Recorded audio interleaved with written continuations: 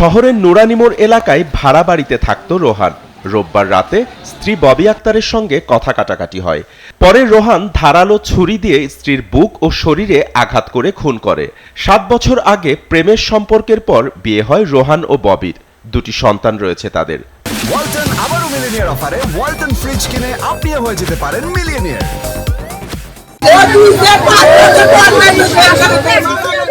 তবে কিছুদিন হলো এক নারীর সঙ্গে রোহান পরকীয়ায় জড়িয়ে গেলে দাম্পত্য কলহ চলছিল।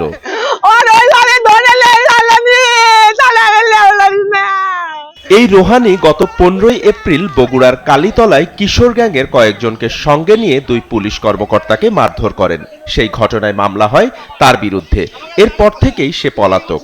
আমার বোনকে কি করে, অনেক মারার পরে নিচের ওই কেসে গিয়ে তালা মেরে সব আমার অনেক ওই বাসার লোকজন আসছে, কয় কি হয়েছে, বলছে না গো আমার ওনার পেটের সমস্যা।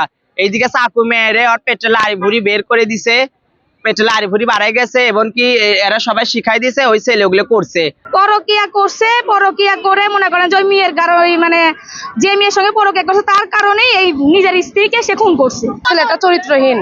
ওর আগে থেকে মেয়ের রিপোর্ট, মানে অনেক রিপোর্ট আছে ওই ছেলের, মেয়ের অনেক রিপোর্ট ওই ছেলের আছে। আমরা জানি, আর সবাই জানে, কমিশনার পর্যন্ত জানে এই ছেলে চরিত্রহীন। মানে নিষ্পাপ মেয়ে, সে কখনো আমাদের সাথে জোরে গলায় কথা বলেনি, আমাদের সাথে খারাপ ব্যবহার মতন একটা ফুলের মতন মেয়ে হয় না।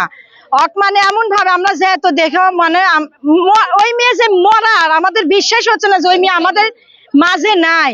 আজকে তুই আমার মেয়ের এটা করলি রে,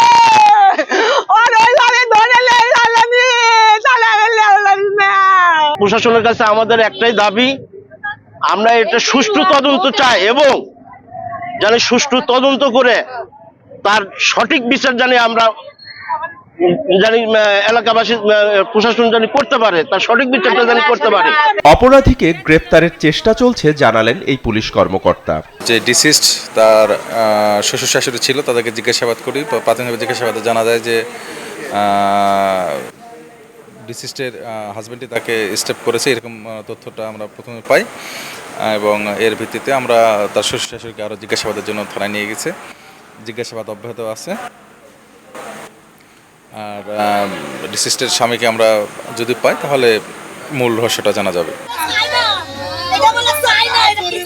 এ ঘটনায় পারিবারিক নিরাপত্তা, কিশোর গ্যাং এবং নারীর প্রতি সহিংসতা প্রতিরোধে কঠোর ব্যবস্থার দাবি জানিয়েছেন এলাকাবাসী।